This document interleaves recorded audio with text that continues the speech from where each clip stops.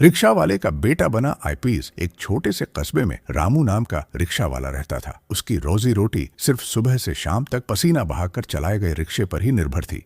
दिन भर मेहनत करने के बाद भी कभी पेट भर खाना मिल जाता तो कभी भूखा सोना पड़ता। रामू का एक बेटा था, अभय। दुबला पतला, शांत स्वभाव का, लेकिन आंखों में सपनों का सागर। अभय बचपन से ही पढ़ाई में तेज था।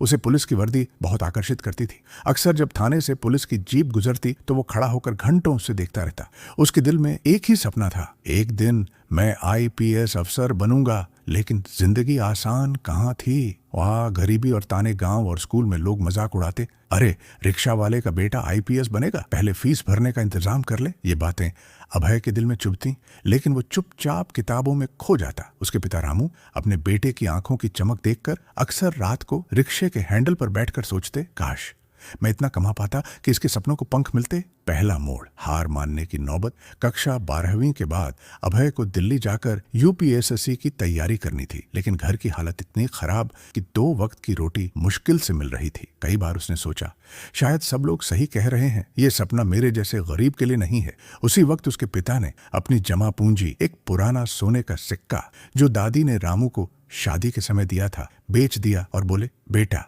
रिक्शा खींच खींच कर मेरी हड्डियां जवाब दे रही है, लेकिन तेरी आंखों के सपनों में ताकत है। तू जिद कर और आईपीएस बनकर दिखा। अभय की आंखों में आंसू भर आए।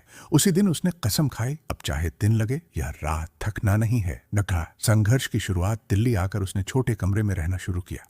दिन में लाइब्रेरी, रात में पार्ट टाइम ट्यूशन। पेट भरने के लिए कई बार सिर्फ चाय और ब्रेड पर गुजारा। किताबों के बीच उसका अकेलापन अक्सर सवाल करता, क्या तू कर पाएगा? लेकिन हर बार पिता का पसीने से तरबतर चेहरा याद आते ही उसकी कलम और तेज चलने लगती। दूसरा मोड़, असफलता का घाव। पहली बार यूपीएसएससी की परीक्षा दी, नाकामयाब। दूसरी बार भी नाकामयाब। आस पड़ोस और रिश्तेदार ताने कसने लगे, देखा सपने देखने से कोई अफसर नहीं बन जाता, रिक्शा वाले का बेटा रिक्शा वाला ही रहेगा। अभय टूट गया। उसने सोचा, शायद मेरी किस्मत यहीं तक है। लेकिन उसी रात उसके पिता का फोन आया, बेटा हारना मना है, जब तक सांस है कोशिश करनी है। तू हार मान लेगा तो हमारी आने वाली पीढ़ियां भी हार जाएंगी।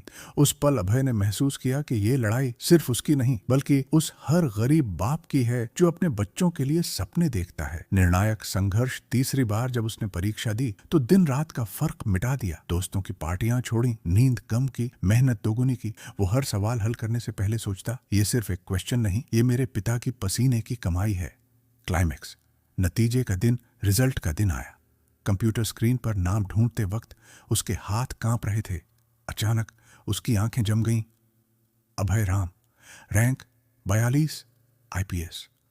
उसकी आंखों से आंसू बरस पड़े। उस पल उसे कुछ सुनाई नहीं दे रहा था, सिर्फ पिता की थकी हुई मुस्कान याद आ रही थी। वर्दी वाला बेटा।